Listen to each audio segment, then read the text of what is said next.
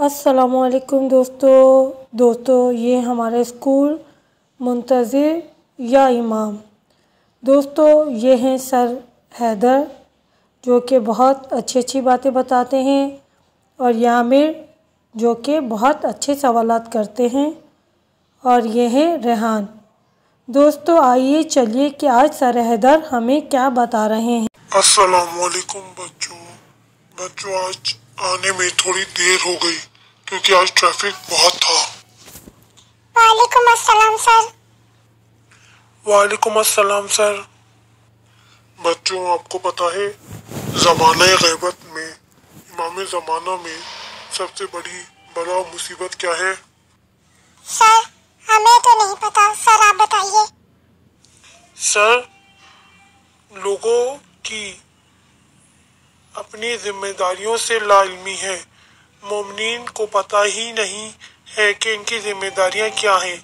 अगर कोई जिम्मेदारी पता करके इमाम के लिए काम करेगा तो इमाम खुद मुलाकात के लिए आएंगे। रेहान आप बिल्कुल सही कह रहे हैं। लोगों को अपनी जिम्मेदारियों का ही नहीं पता कि गैबत इमाम में उनकी क्या जिम्मेदारियां हैं। सर क्या हमारा अमल ऐसा है कि हम इमाम की ज़ियारत कर सकें? बच्चों कोशिश करनी चाहिए कि हम अपने अमल को ऐसा बनाएं कि जिनसे हमारे वक्त के इमाम ज़माना अलैहिस्सलाम खुश हों। बहुत से ऐसे मुज्तहिदीन गुजरे हैं और बहुत से ऐसे आम लोग भी हैं जिन्होंने इमाम ज़माना अलैहिस्सलाम की ज़ियारत की है। सर आप हमें कोई ऐसा वाक़या बताइए। हाँ ज़रूर। हुज्जतुल इस्लाम सिद्दीकी ये खुद फरमाते हैं कि जब तक रहबर मुनज़्ज़म सदर थे, जब तक आयतुल्लाह रज़ा बहाउद्दीनी से इनका राब्ता नहीं था, और हुज्जतुल इस्लाम आयतुल्लाह उस्मा अब्दुल्ला फातमी निया वो खुद इनसे राब्ते का जरिया बने थे। आयतुल्लाह बहाउद्दीनी बीमार हो गए थे और बीमार होकर अस्पताल में दाखिल होने को तैयार नहीं होते थे।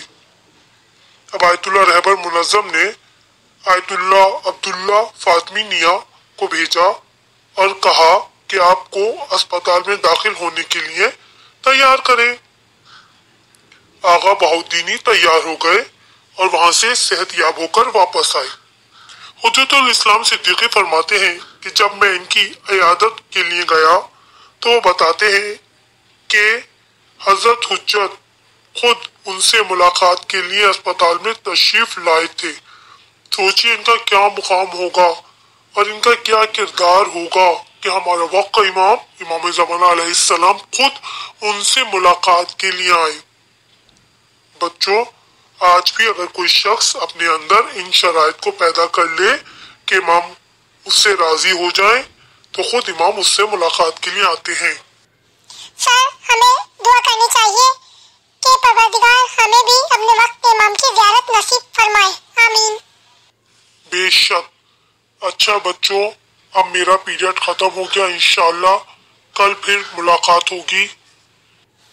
अगर आपको ये एपिसोड पसंद आया है तो हमारे चैनल को लाइक कीजिए, शेयर कीजिए और सब्सक्राइब कीजिए।